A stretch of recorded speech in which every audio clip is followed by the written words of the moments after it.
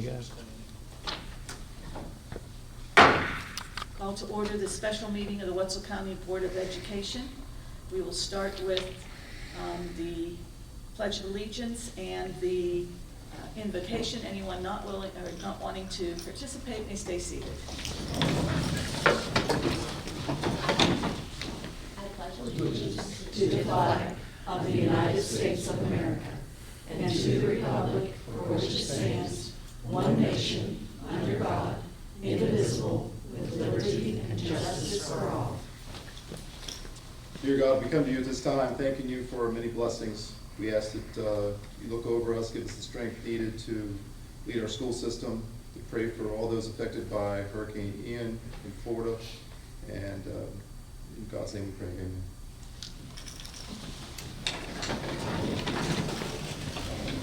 We'll now have the annual report of the Local School Improvement Council of New Martinsville School. How would you want us to come up here, or? It's up to you. If you want us to come down there, you want to present from here, that's up to you. I'm just reading, so I can go up there. Okay. I haven't had the pleasure of meeting all of you, just a few of you. Mr. Glasscock, I haven't met you yet. I'm Stacy Walton, and Mrs. Nice. It's nice to meet you. With us this evening, we have Stephanie Long. She is currently our Faculty Senate president, and she was also on the LSIC last year. We also have Michelle Weekly that is on our LSIC this year, and Mrs. Zay, the assistant principal, and Mrs. Stephanie will be presenting for us. All right, thank you, Mrs. Bolt. I don't know You're that welcome. I've ever felt short before. Anyway, good evening, members of the board, Superintendent Wells, County Office staff, and guests. My name, like Mrs. Walton said, is Stephanie Long, and I'm a 6th grade teacher as well as the Faculty Senate Chair and member of LSIC at New Martinsville School. It's my privilege to do our LSIC presentation this evening. I'm going to start with our strategic goal plans, kind of the mundane stuff. It has 3 goals. The first goal is to increase our overall math scores by at least 2%. We'll use formal and informal assessments, iReady benchmarks and lessons, student work, and walkthroughs, among other things to track the success of this goal. Small, flexible SPL groups and learning centers have been created within classrooms and grade levels. Tutoring will be offered when necessary. Our PBIS is putting together awards to hopefully increase attendance, because we believe that an increase in attendance will help increase scores. We all know that students have to be present in order to learn. Our second goal is also to increase our ELA scores by 2%, so many of those same strategies are going to be used to help achieve that goal. The third goal focuses on social emotional support for students. Our counselors and social worker will work together to provide social and emotional supports to students in the form of individual conferences, small group meetings, and large group lessons. We also have a mental health team that meets twice monthly. Okay, so as with every school, the 2021-2022 school year certainly had challenges. However, we also have several things to celebrate. Every year we offer open houses for each grade level. Those are always well received by both students and parents. Having these before the school year begins gives students and parents a chance to see their classroom and meet the teacher. In the older grades, this is a good chance for students to learn where all the classes are, especially the transition from 5th to 6th grade, because that's when they begin changing classes, and that is the thing they're most nervous about. Our pre-K through 3rd grade invited parents and students to a make and take. As the parent of a student in pre-K last year, I was able to attend that with my daughter, and it was an excellent idea. Together, we were able to make several math and reading activities that she continued to use at home throughout the school year and the summer. And the mat man that we made still hangs on the wall in her playroom. She came home, took all the pieces out, taped it up, so he's still there. This year, several of our grades are utilizing Class Dojo for behavior management. The feedback has been positive, and we're moving towards eventually all of our grades using it. It's an excellent way to keep open communication between teachers and parents. Teachers are able to share pictures of activities, send reminders, and let parents know what's going on in their child's classroom. It also allows teachers to award points for positive behavior observed in the classroom. These points will be used for our PBIS. For instance, in 6th grade, we'll use these points for small rewards such as mechanical pencils and pencil grips, but we'll also use them for our bigger end of the year rewards. Other grades have set up similar systems. It's just 6th grade is what I know, so I know for sure that's what we're doing. Our younger grades are still using our Eagle Buck store, and so it will be offered several times throughout the year so they can cash in their hard-earned Eagle Bucks. They're given Eagle Bucks for positive behavior in the classrooms, hallways, and cafeteria. Both our dojo and Eagle Bucks are tied into our behaviors listed on our SOAR posters, S-O-A-R. They're found throughout the school. At the beginning of the year, each grade focuses on what it means to soar like an eagle in the classroom, the restrooms, the playground, the cafeteria, and even on the buses. And that stands for safety, organization, achievement, and respect and responsibility. iReady is being utilized across all grade levels. 7th and 8th grade students, or 7th and 8th grade set goals for the beginning of the year for their students. If they met that goal, Mrs. Walton, Mr. Jones, and Mrs. Howell served them ice cream sundaes during lunch. 6th grade has challenged our students to complete their weekly minutes and lessons passed. Over the next 4 weeks, if they meet both of those goals, then they will also get some sort of reward. We haven't quite set that reward yet, but they're very excited to be able to work toward that. One of the things that we did last year that was really fun, 5th and 6th grade, we do a 5th and 6th grade games, and 7th and 8th grade does something similar. So they participate in homeroom games at the end of the year. It's something students look forward to because the teachers also participate. It's kind of like a field day, and so we have all these games set up in the field behind the school. The teachers participate, the kids think it's awesome. In 5th and 6th grade, we compete to see which grade level wins the spirit stick for the year. We've designed a spirit stick that sits in 6th grade still. It was close last year, but 6th grade won. And then 7th and 8th grade compete for bragging rights. New Martinsville School was able to celebrate our evening with the arts again last year. Every single student in grades pre-K through 8th grade had at least one piece of art displayed in their respective hallways. Students and parents were invited to look at the artwork. While walking through the displays, they were treated to musical numbers by students. Grade levels also had many concerts in the gym. The Fine Arts Department works very hard to make this night successful. Our Title I parent nights are always well received. Last year, Mrs. Zink and Ms. Anderson held 2 virtual parent nights. The winter one was Snow Much Fun. Students got a book about a snowman, materials to make one, and a mug with hot cocoa. In the spring, students talked about the life cycle of tadpoles, and Ms. Anderson and Mrs. Zink introduced that by dressing up as frogs. They wore frog costumes around the school for a day to kind of pump students up to do that. And so many students opted to receive their own tadpoles to create habitats for at their houses. I'm sure parents love those. More Title I parent nights are in the works, and I'm sure they'll be just as successful. In addition to those nights, our younger grades are holding parent training nights. These evenings, parents will be able to come in to learn reading and math strategies so that they can help their students at home. Staff members continue to learn throughout the summer by attending various conferences related to their fields. In addition to conferences, several of our staff members attended the Kagan training and are implementing those strategies in their classrooms daily. So they're finding that using those strategies in their classroom is helping with their classroom management, but it's also helping their students build peer relationships because they have to stay within the role that they've been assigned. And so they work together in their small group in order to achieve whatever goal they have set within that group. And that leads to a big focus on social skills. A lot of our students have forgotten just how to talk to each other. And so especially how to talk to each other appropriately. So by establishing community norms within the classroom, we're hoping that we'll be able to rebuild that positive social interaction among their peers. Whether that's on the playground, in the cafeteria, just being able to help them remember how to talk to each other kindly. Our PTO is busy planning their annual Fall Fest. They're going to have games, hay rides, cakewalks, raffles, inflatables, a costume contest, haunted house, and concessions. I invite you all to attend this event if you've never been. They work very hard to put on a really good event for our entire community. So even with all those celebrations, we obviously have some concerns as well. Our attendance is a major concern across all grades. I talked earlier about how we all know that attendance is tied in with achievement, and so lack of attendance affects daily performance. Our PBIS, again, is working on incentives to help boost that attendance. If you've ever been through the pickup and drop-off line at Martinsville School, you know that it continues to be a concern. Without our full-time PRO to help keep traffic moving, it's slightly congested at times. I noticed the City Police Department is trying to be there to help traffic on Route 2, but a full-time crossing guard is definitely a necessity. As a school, we are looking into ways and are open to suggestions to make pickup and drop-off as well as the bus lanes safer and more efficient. Our Title I department could greatly benefit from a Title I math teacher. This would help close the math gaps and potentially lead to increased math scores. Due to the high number of students with social emotional struggles, New Martinsville School would also greatly benefit from a full-time social worker. We currently share ours. When looking through our discipline referrals, a large number of them were for vaping, and we are super thankful that the vape detectors have been installed last year, and we would like to be able to have them installed in the restrooms in the cafeteria as well. And that's all I have, so thank you for your time. Thank you very much.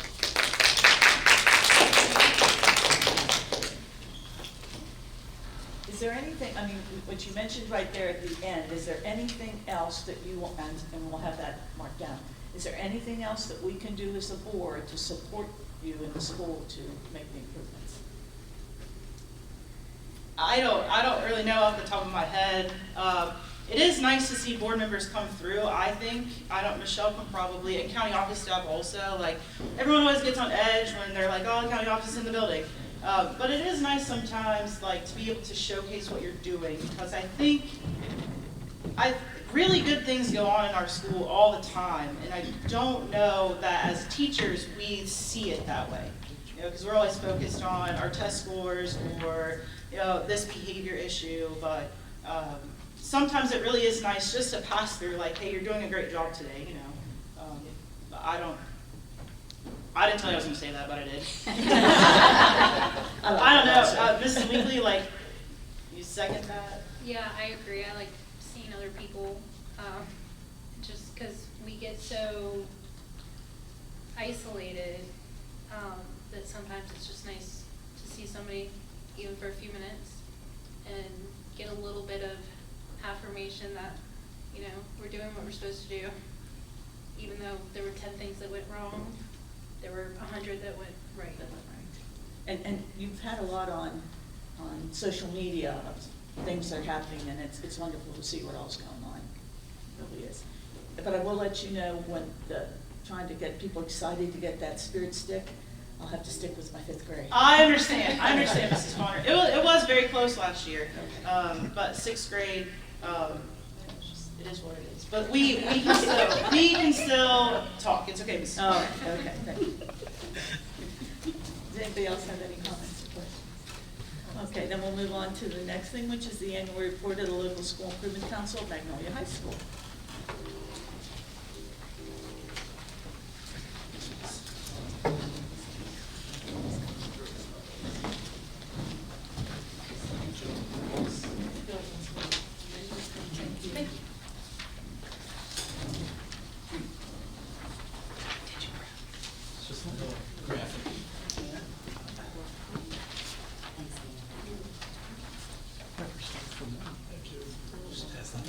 Good evening. Good evening, Superintendent Wells, county office staff, and Wetzel County Board of Education members. My name is Ray Rotino, if you don't know. I'm principal here at Magnolia. This is my first year, and this has been a whirlwind of a couple months, but I'm excited to be here. Excited to take some time to share with you some of the great things that are going on in Magnolia. And we're working hard as a staff and as an administrative team to make sure that Magnolia continues on the path of excellence and we continue to move forward. This is leading my first LSIC meeting, so it's up in the air of where we go, what we talk about. In relation to our, I just lost it, strategic goals. We're aligning our strategic goals with the county's goals as far as building leadership amongst our teachers, improving student achievement, working to gain student achievement by that 2.5% across the board, and then also continuing with our I just lost it. See, portion of a graduate work, and with our portion of a graduate, that was an area that we focused on hard last year in developing 6 competencies within our portion of a graduate stakeholder team. And it's something that coming into this year as a new principal and looking at where we are with standards-based grading, portion of a graduate, getting a whole bunch of new teachers. With the portrait of a graduate, we've backed off on the push for that for right now. That's not going away because we're still talking very much about where's the portrait of a graduate going and how are we implementing within our curriculum. But a lot of the work that we're doing now is focused on our standards-based grading. We are a member of the mastery-based cohort through West Virginia Schools, the Department of Education, and we're working with the Education Alliance still, with Amelia Courts and David Ruff. And through them, we are networking with area schools in West Virginia that have taken on the mastery-based approach as far as standards-based grading, standards-based learning. As a cohort and as different schools within this cohort, we are probably the most advanced school that we have because we have embedded mastery-based throughout every single classroom that we have here. It's embedded in our curriculum as a school-based, school-wide. Whereas other schools, they're taking department approaches, one class, and piloting a mastery-based approach. This is our 5th year, and we've got a good handle on the mastery-based approach as a theory. Now we're putting that theory school-wide into practice. And the next step that we took is what's in front of you with our standards-based grading grading system.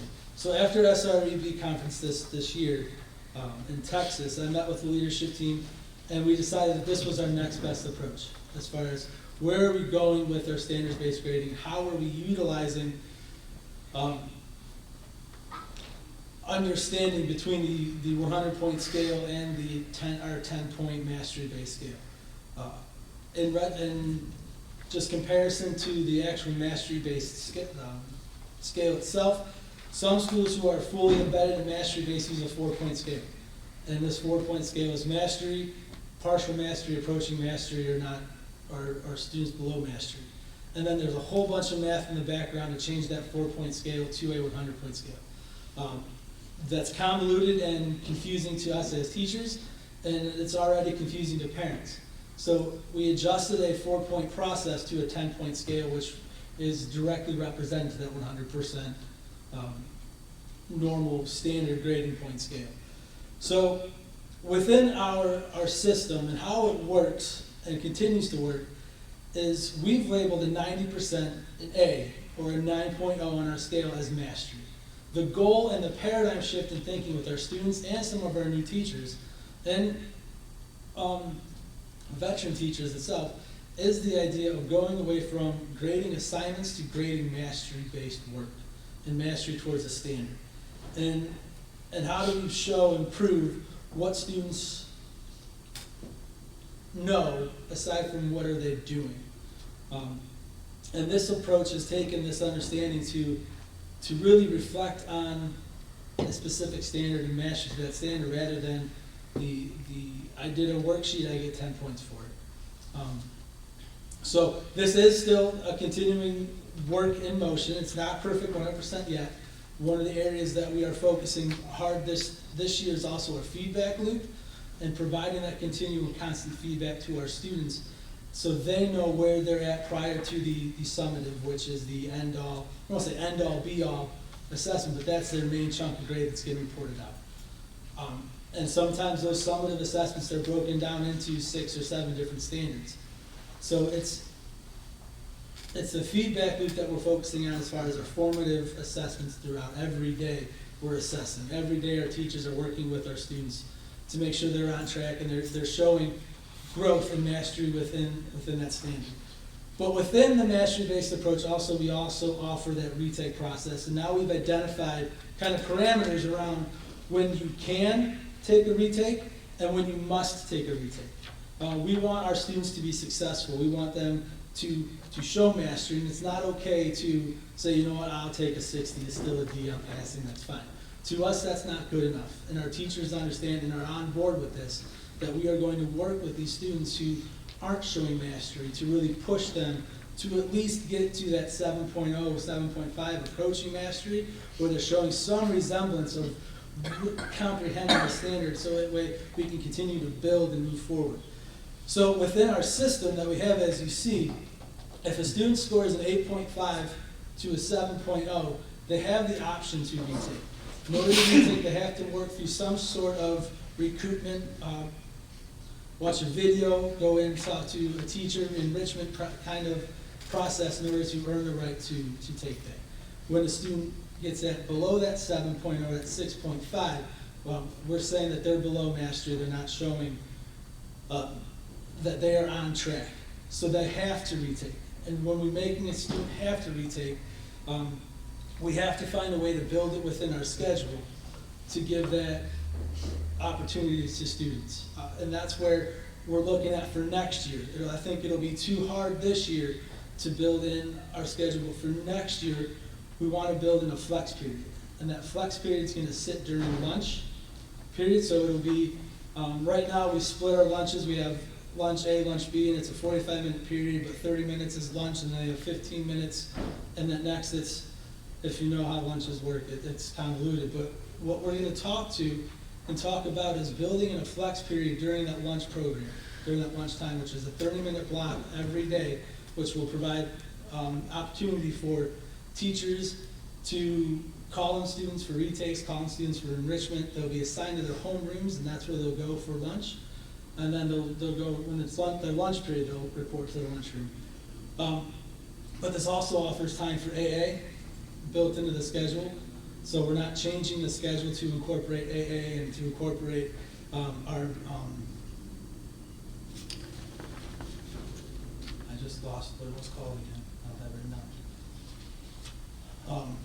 Building within our portion of graduate stuff through major clarity, which it's not fully up and running yet, but it's getting there. So I want to work with building that time into our schedule also to provide this, because I feel that if we're going to require students to take a retake, to show mastery, we have to provide within our schedule that opportunity to provide that enrichment, to provide that reteach structure, and not make them, hey, you need to come in during your lunch, give up your lunch, because it's not a punitive. I don't want this to be a punitive thing that they need to come in and get help. I want to provide that opportunity for them.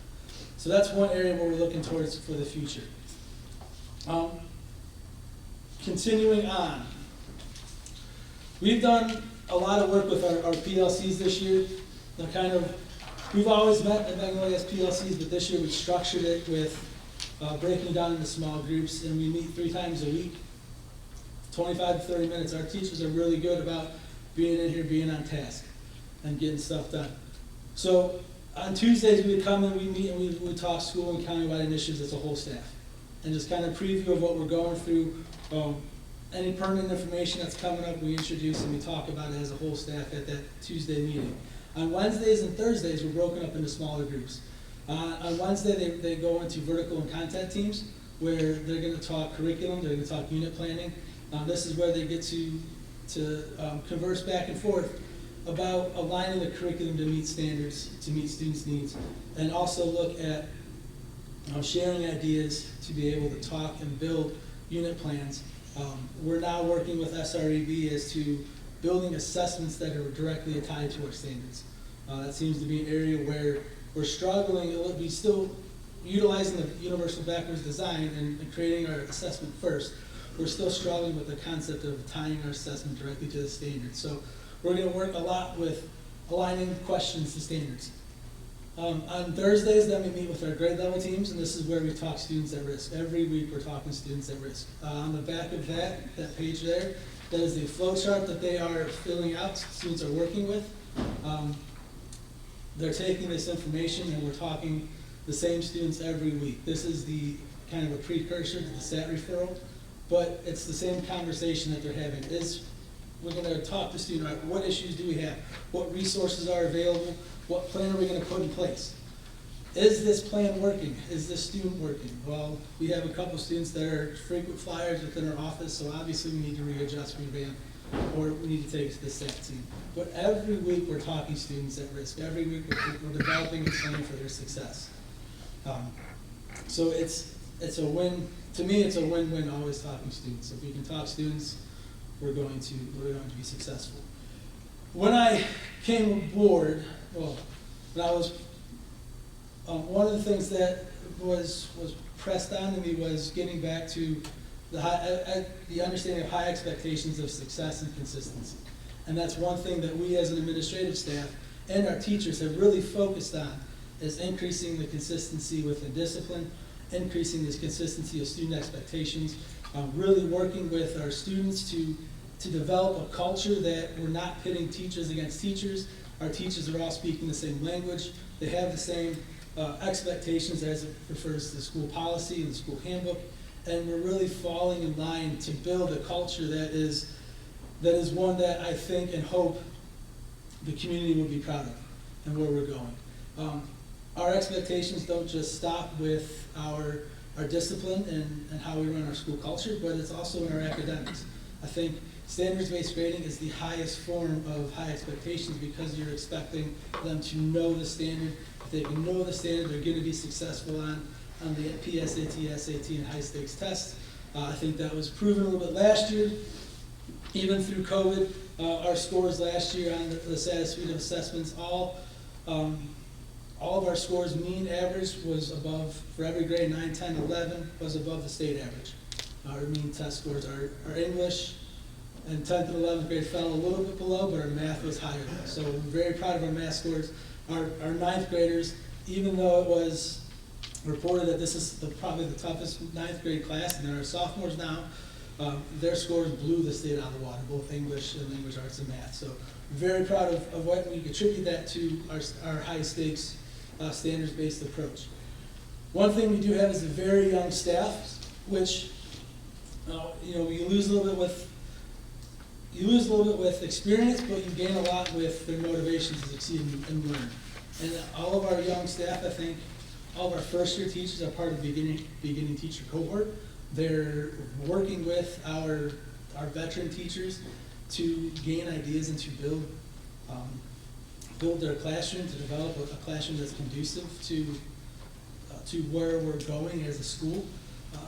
Their paradigm shift also is changing with what they know as teaching, because they don't come from a standards base, because some of them don't even have educational training. So we're teaching the teachers how to teach while they're teaching. And it's exciting, but it's rough for these guys.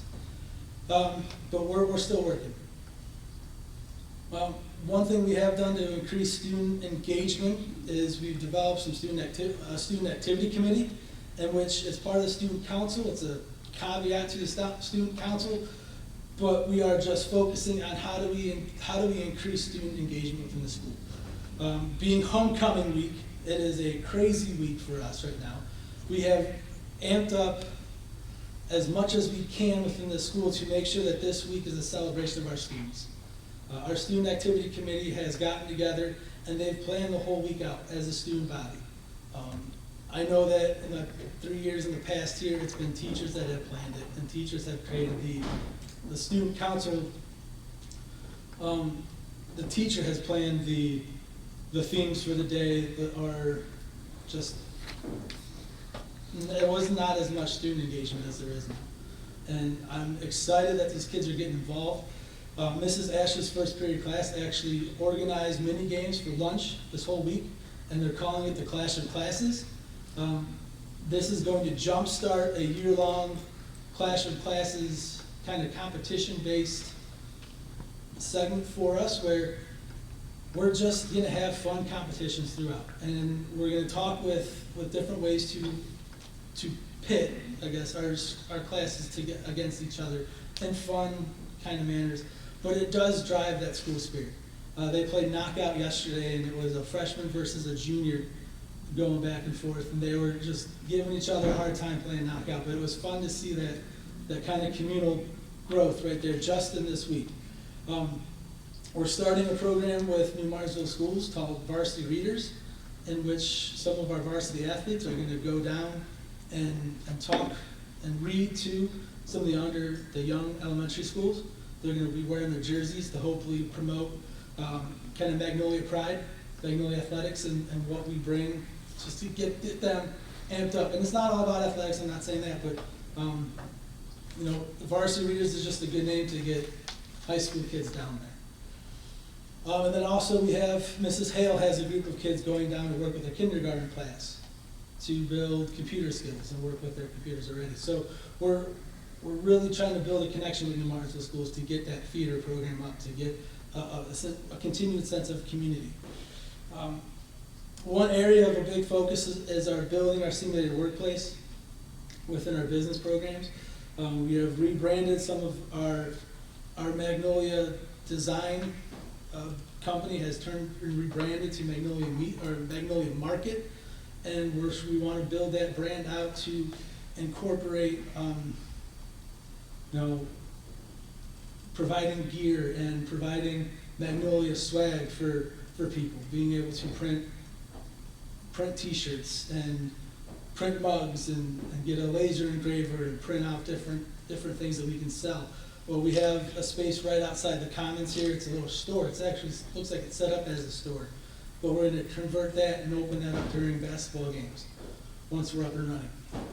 They want to do different things for students as far as spirit wear and provide opportunities for that, and we're really excited to get behind that because our focus here has primarily been academics as far as AP and college level courses, but that's going strong. We're going to continue that, and we've missed that simulated workplace piece in Magnolia, and that piece is something that we want to focus attention on.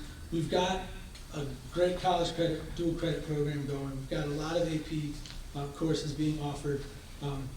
We're offering independent studies in a lot of our classes. But when I look at Magnolia in comparison to other Wetzel County high schools, we miss that simulated workplace part. And that's a focus that we're doing with our business to build it up. And they're going to be working with our ag department also to help market what they do, because they do a lot of deer processing. I mean, we have multi-thousand, if not $1 million meat lamb in our backyard attached to our school that community can use. But we're going to get that out so that way it's not just, it's more than the curriculum. The curriculum's built within it. So we're excited to keep building that. And then, one of our big focuses in talking with a lot of people is our focus on school culture and focusing on building that school culture, getting everybody involved. And if you walked into school yesterday, you would have seen a big penguin sitting out front. It was Adam Sandler Day, and if you've seen Billy Madison, you'll know why I was dressed as a penguin. But I think there's a piece that was missing not missing, but a piece that we focus on where teachers can put themselves out of their comfort zones, to kind of make a fool out of themselves, but join in with the fun with the kids. And I understand, and I think our teachers understand that school is compulsory. They have to be here. They're going to learn, but we're going to have some fun while we do it. And we're going to make this a place where people want to come, kids want to come. I think our homecoming spirit week I've got kids pounding down the doors. Can we start decorating our halls? Can we do this? Can we make floats? More things than I can even account to even say, oh my God, I'm going to wrap my head around all this. So we're excited. We're excited for the year. Class with classes is going to be fun throughout the year. We're going to do a bunch of stuff with staff versus students. We're going to do a turkey volleyball, the staff versus students volleyball game. We're going to work to get more community members involved also. I think that's one thing we missed is that, and I'll work with PBIS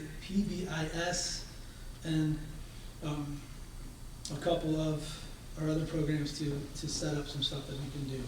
And then we're going to do a staff and student lip sync also at the end of November, or at the start of November, I should say, where, again, students are going to go out there and have fun, but we're going to have staff that will be out there making a fool of themselves. The kids are going to love it. Some might make fun of us. That's all right. We're here for the students. But looking toward the future and concerns, right now it's just working with the business department and building that simulated workplace and getting the things that they need. Mrs. Ash and Mrs. Hale, they're going to be writing grants to get equipment to help build and start up that program. They have a printer that they're looking at. They have different ideas that, they're all great ideas, and they're going to work towards building that simulated workplace up to create that missing piece that we just don't quite fully have yet. But I mean, that's my biggest concern I have right now. I guess I don't know fully what I don't know yet. It used to always be a cafeteria, but I'm not gonna even broach that other than that statement, because we make it work and we're gonna continue to make it work. And it's not anything that's really a full functioning need right now. I think that's all I have. Anybody have any questions or comments that?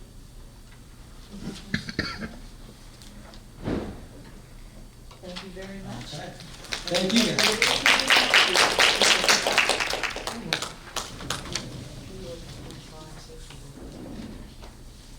We'd like our social worker full-time and full-time PRO. Oh yeah, that's always it. We want both of those. Same thing as. We're gonna piggyback on that. Absolutely. I mean, we love Jacqueline, she does a great job for our kids. Yeah, now that you mentioned it, it's the amount of students in need in this school, but I think it's every school, and I think it's everywhere now, not even just Wenzel County.